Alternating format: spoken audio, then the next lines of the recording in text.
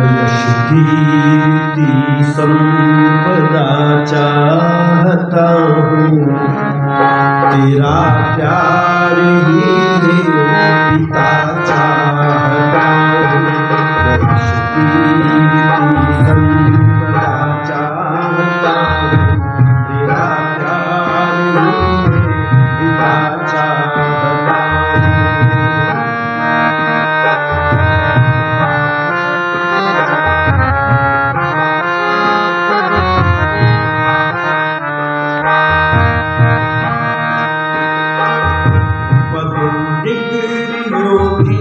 नहीं चाहत कोई बदो डिग्रियों की, नहीं चाहत कोई वो शत्रु जमाना न परवाह कोई, मुझे कर न पाए निरुत्साह कोई, कर न पाए निरुत्साह कोई।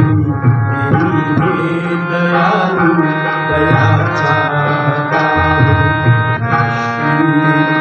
संपदा चाहता हूँ, तेरा प्यार ही पिता चाहता हूँ।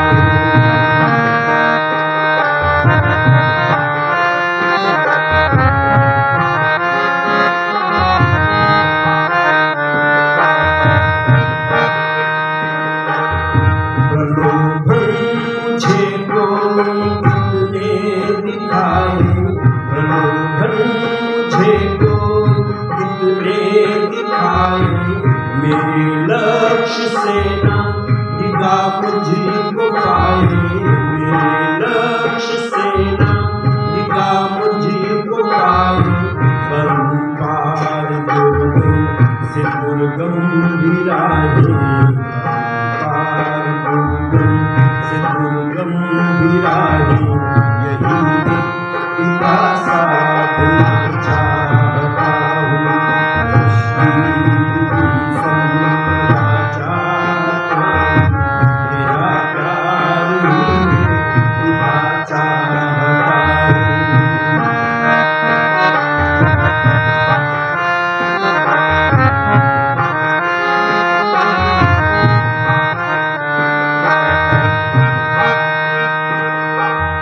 रहूं पापी अन्यायों का मैं न साथी, रहूं पापी अन्यायों का मैं न साथी, बनूं दीन दुखिया जनों का हिमाती, बनूं दीन दुखिया जनों का हिमाती। कभी वीर दुनिया फिरे किसी की, वीर दुनिया फिरे किसी की, मैं मूर्ख भरी कविता चाहता हूँ। यश कीर्ति संपदा चाहता हूँ, तेरा प्यार ही पिता चाहता हूँ। यश कीर्ति संपदा चाहता हूँ, तेरा प्यार ही पिता चाहता हूँ, तेरा प्यार ही पिता चाहता हूँ। महर्षि ज्ञान जी महाराज ने आर्य समाज के नियमों को बड़े क्रम से लिखा और एक नियम का दूसरे नियम के साथ में संबंध बना हुआ। परमपिता परमात्मा को सच्चित आनंद स्वरूप कहते हैं, तो उस परमात्मा ने हमको ज्ञान दिया जिसको हम सत्य विद्या कहते हैं। वह सत्य विद्या जो है वो वेद की है, लेकिन कुछ लोग, मैंने रात चर्चा की थी, वेद सब सत्य विद्याओं का पुस्तक है। वेद का पढ़ना और पढ़ाना, सुनना और सुनाना सब आर्यों का परम है। पर कुछ लोगों ने इसमें भी अपनी बुद्धि लगाई, कहने लगे ऋषि दयानंद ने आर्य समाज के नियम ठीक नहीं बनाए, इसमें यह और जोड़ना चाहिए था, तद अनुकूल आचरण करना कराना सब आर्यों का परम धर्म। तो मैंने कहा तुमने आर्य समाज के नियमों को अलग अलग माना है, एक क्रम से नहीं पढ़ा। यदि एक क्रम से पढ़ते तो ये बात आपको प्रश्न उठाने की आवश्यकता न पड़ती।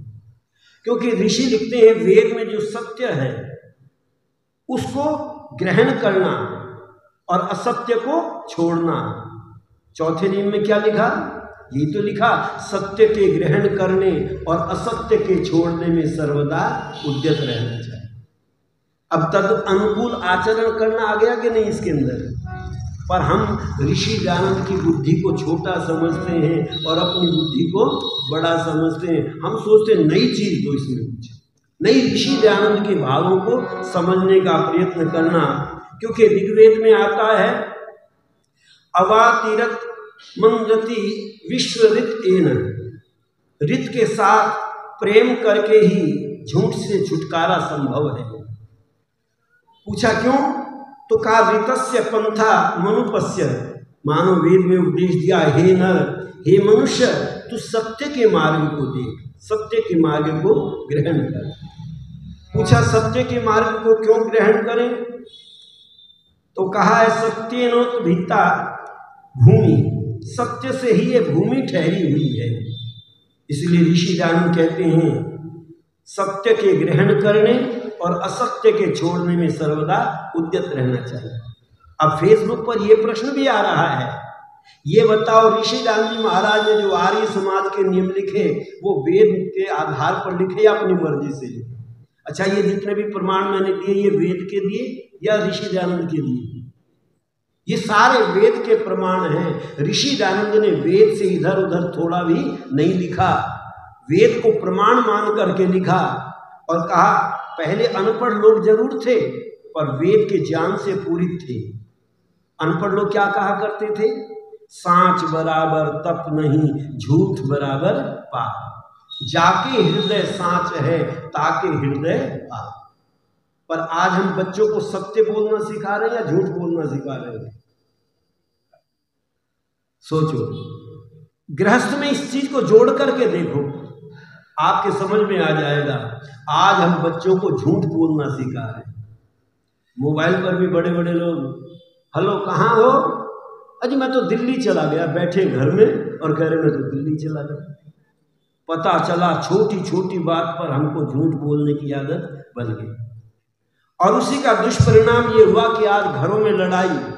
अच्छा, पहले अनपढ़ लोग पति पत्नी ज्यादा लड़ते थे या आजकल पढ़े लिखे ज्यादा लड़ रहे हैं? क्यों लड़ रहे हैं?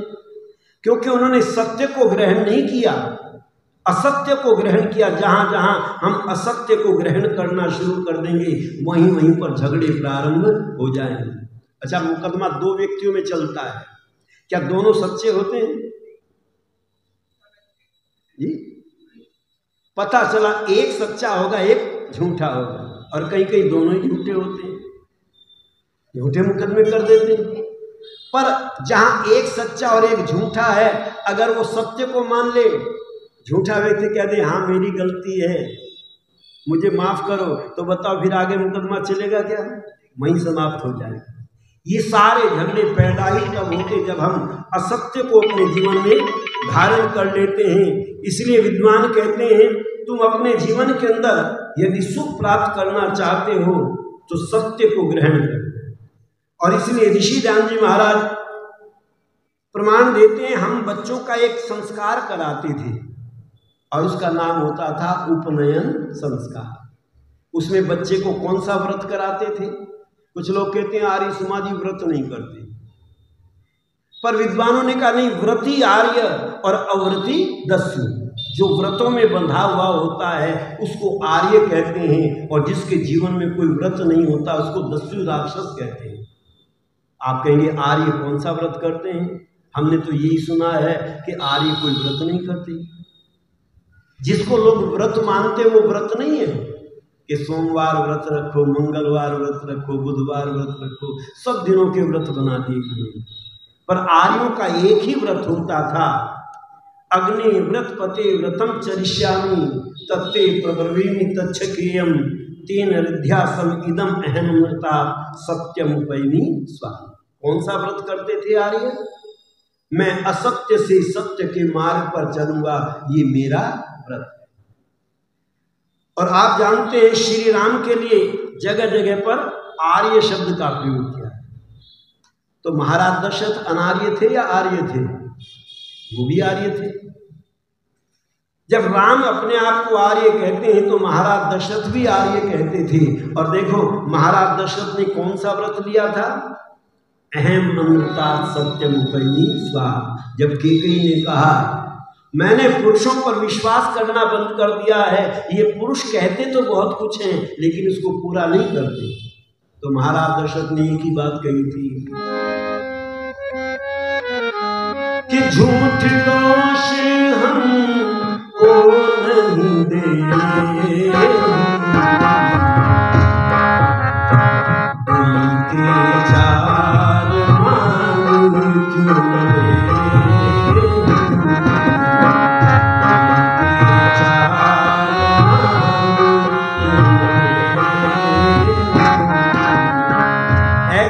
झूठा दोष हमको मत देना कि हम कह करके भूल जाते हैं, वचनों को पूरा नहीं करते। आर्यों की एक ही मर्यादा रही है, रघुकुल रीत सदा चली आई, प्राण जाएं पर वचन दें। हम अपने प्राणों को त्याग सकते हैं लेकिन वचनों से झूठे नहीं होते। हमारा व्रत है, पता चला आर्य कौन सा व्रत रखते थे? अहम अनृतात् सत्यम उपैमि स्वाहा। और जब तक ये व्रत आर्यों ने किया, बताओ तब तक मुकदमे चले क्या? अगर कई मुकदमे में भी आर्यों ने गवाही दे दी तो जज उनके हक में फैसला सुना देता था, आर्य कभी झूठ नहीं बोलते। पर दुर्भाग्य ये है, ये जो नकली लोग आ गए ना आर्य समाज में, इन्होंने यहाँ भी मुकदमेबाजी शुरू कर दी। जहां जहां वकील बन गए वहां वहां झगड़ा शुरू। सार्वदेशिक से प्रारंभ हुआ क्योंकि वहां वकील आ गए, घुस गए इसमें और झगड़ा उन्होंने प्रारंभ किया। और अब सभी समाजों में झगड़े प्रारंभ होते थे। पर ये क्यों है? क्योंकि हमने सत्य को ग्रहण नहीं किया। यदि ऋषि राम जी महाराज के इस वचन को ग्रहण कर लेते तो बताओ ये झगड़े होते क्या समाज में? इसलिए विद्वानों ने कहा, हमारे यहाँ पत्नी जो है वो पति को समझाया करती थी, देखो झूठ मत बोलना। और एक गीत आपने सुना होगा, रेडियो पर टीवी पर आता है, सजन रे झूठ मत बोलना, प्रभु के पास जाना, माटी है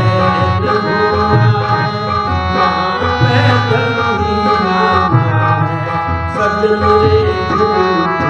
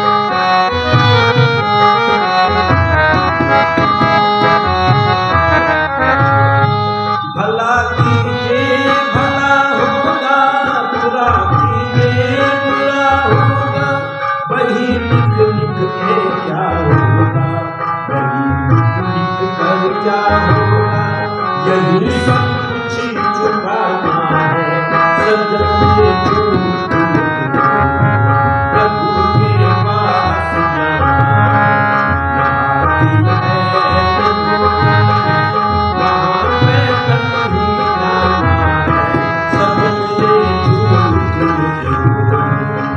ये गीत हमने लिखा है क्या? ये हमने नहीं लिखा। पहले पत्नी अपने पति को कहा करती थी झूठ मत बोलो। अच्छा, आज घर में झूठ बोलने के झगड़े या सत्य बोलने के झगड़े? पत्नी ने पति से पूछा, पतिदेव इतनी देर कहाँ लगा दी? तुम्हारी छुट्टी तो 5 बजे हो जाती है, अब रात के 10-11 बज रहे हैं, कहाँ रहे? पति ने कहा मेरे मित्र का जन्मदिन था, वो मुझे पकड़ करके ले गए। और जब पत्नी ने सवेरे कपड़े धुलने के लिए जेब तलाश की, क्योंकि स्वभाव होता है कुछ रह ना जाए जेब में, धुल ना जाए, तो सिनेमा हॉल का टिकट निकला। अच्छा बताओ, फिर पति पत्नी में प्रेम बढ़ेगा या द्वेष बढ़ेगा? कि बड़े झूठे हैं, कह रहे थे जन्मदिन में गए और गए सिनेमा में। क्या मुझे नहीं ले जा सकते थे?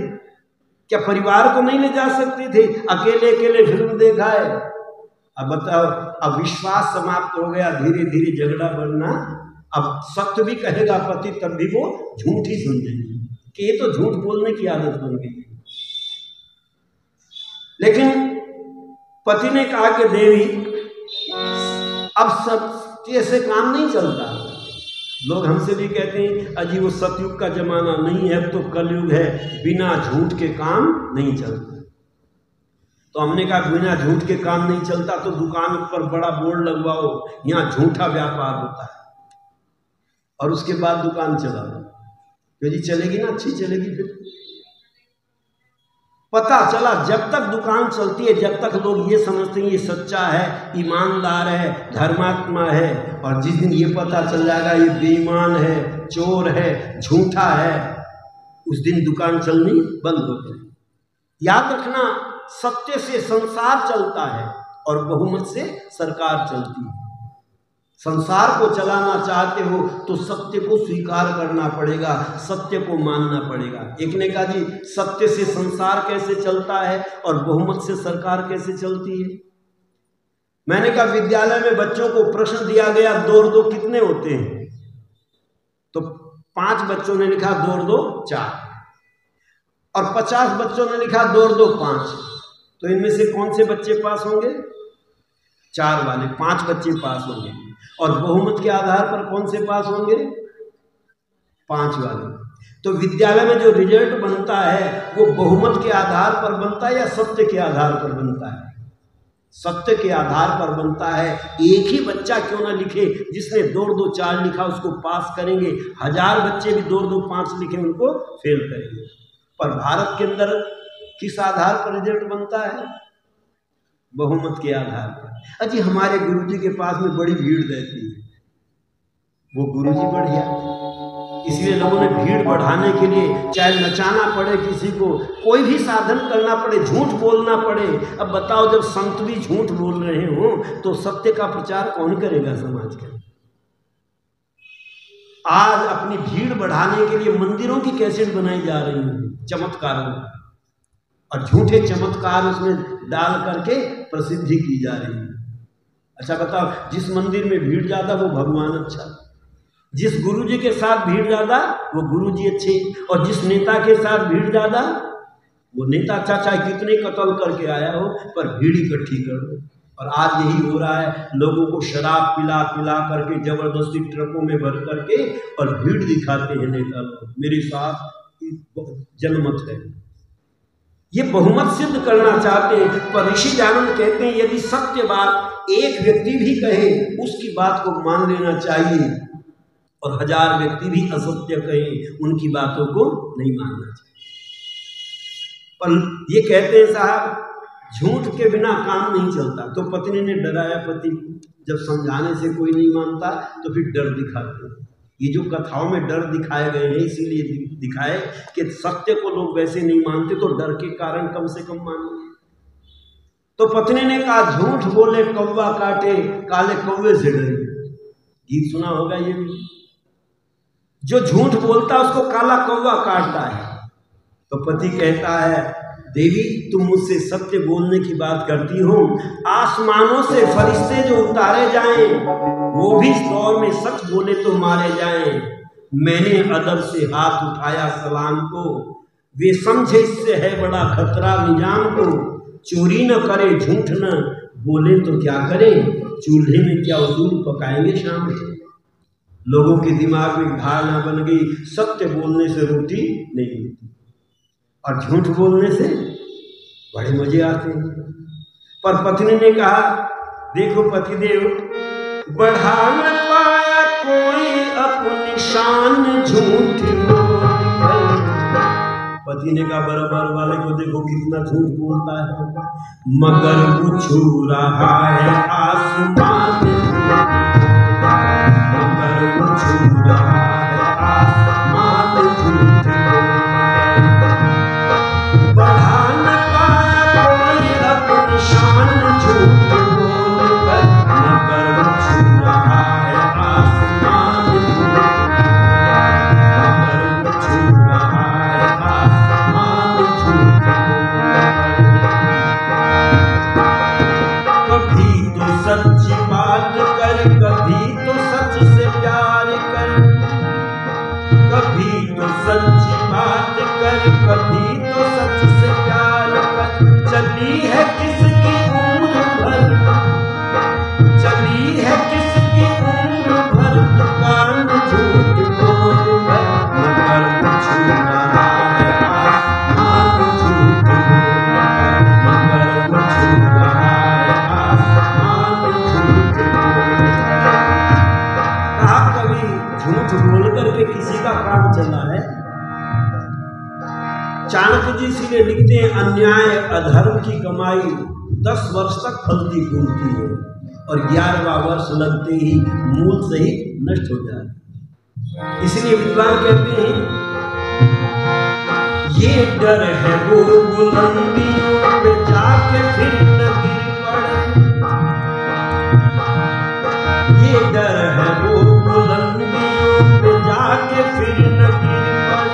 भरी है उसने किस कदर, भरी है उसने किस कदर दान झूठ बोल कर, मगर वो छू रहा है आसमान झूठ बोल कर, मगर वो छू रहा है आसमान झूठ बोल कर। बढ़ा न पाया कोई अपनी शान झूठ बोल कर, मगर वो छू रहा है आसमान झूठ बोल कर, मगर वो छू रहा है आसमान झूठ बोल कर। ये जरूर नहीं है झूठ बोल करके तरक्की कर ले व्यक्ति, तरक्की कर भी सकता है, पर ध्यान रखना वो तरक्की ज्यादा दिनों स्थायी नहीं रहती। ज्यादा दिनों स्थायी कौन सी रहती है? जो सत्य के आधार पर होती है। रौनक चमन में आ गई लेकिन न भूलना, रौनक चमन में आ गई लेकिन न भूलना, शायद खिजा छिपी हो बहारों के आसपास। जो हमें उन्नति दिखाई देती है वो उन्नति थोड़े दिनों की होती है, पर जब उसके बाद में उसका पतन होना प्रारंभ हो जाता है। शोहरत की बुलंदी भी पल भर का तमाशा है, शोहरत की बुलंदी भी पल भर का तमाशा है। जिस शाख पे बैठे हो ये टूट भी सकती है, ये हमेशा रहने वाली नहीं है। थोड़े दिन झूठ बोल करके थोड़े दिनों प्रसिद्धि पा सकते हो। अच्छा, राम रहीम ने प्रसिद्धि पाई कि नहीं झूठ बोल करके? आशाराम जी ने पाई कि नहीं पाई?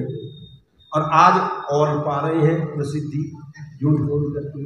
पर ये कितने दिन? अच्छा, समोसे वाले का कहीं पता है कहाँ है?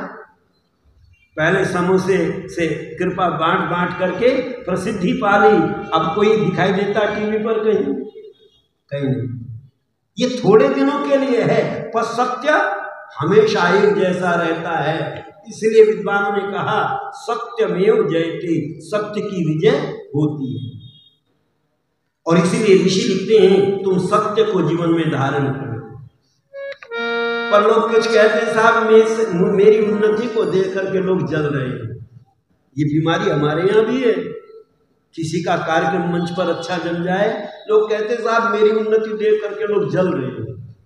जलते नहीं है, तुम्हारा जो अभिमान है वो तुम्हारे पतन का कारण बन जाता है। ध्यान रखना, व्यक्ति अभिमान में जब आ जाता है तो उसका विनाश होना प्रारंभ हो जाता है। पर मनुष्य यही सोचता है लोग मेरी उन्नति से जल रहे हैं। मेरी खुशी बिछुड़ के मुझसे चैन कैसा पा गया, मेरी खुशी बिछुड़ के मुझसे चैन कैसे पा गया। किसी ने भर दिए हैं उसके कान झूठ बोल कर, मगर बोल रहा है आसमान झूठ, मगर वो झूठ रहा है आसमान झूठ। बढ़ा न पाया कोई अपनी शान झूठ बोल कर, मगर वो झूठ रहा है आसमान झूठ, मगर वो झूठ रहा है आसमान झूठ।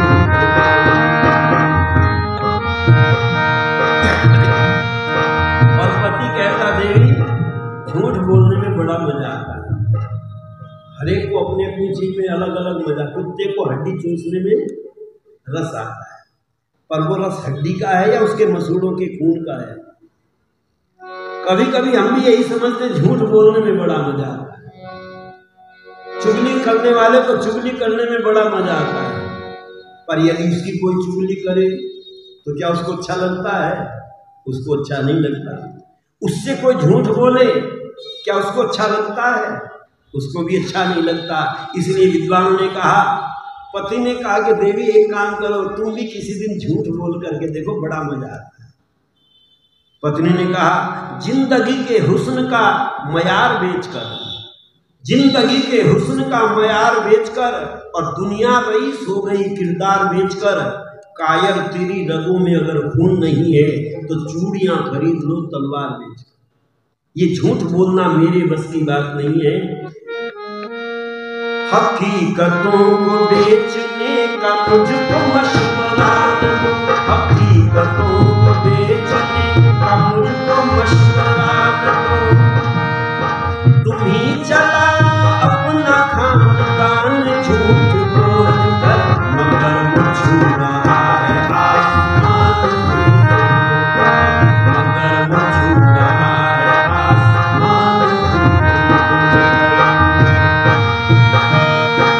बढ़ा न पाया कोई अपनी शान झूठ बोल कर, मगर वो झूठ रहा है आसमान झूठ, मगर वो झूठ रहा है आसमान झूठ।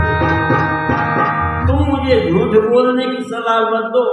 तुम्हें झूठ बोलने की आदत है, तुम बोलते रहो, लेकिन मैं झूठ नहीं बोलूंगा। पति कहता, देवी हमारे यहाँ प्रतिज्ञा कराई गई थी विवाह संस्कार में, जो मेरे अंदर गुण हैं वो तुम धारण करना, और जो तुम्हारे अंदर गुण हैं उनको मैं धारण करूं। यदि तुम झूठ नहीं बोलना चाहती तो मैं भी आज से झूठ नहीं बोलूंगा। और तुम कहती हो व्रत कराया जाता है, आज मैं भी उसी व्रत को धारण करता हूं। अहम अनृता सत्यम उपैमी स्वाहा, मैं असत्य से सत्य के मार्ग पर चलूंगा। जब पति ने कहा मैं चलूंगा, तो पत्नी ने कहा चलूंगा नहीं, अभी से चलना प्रारंभ।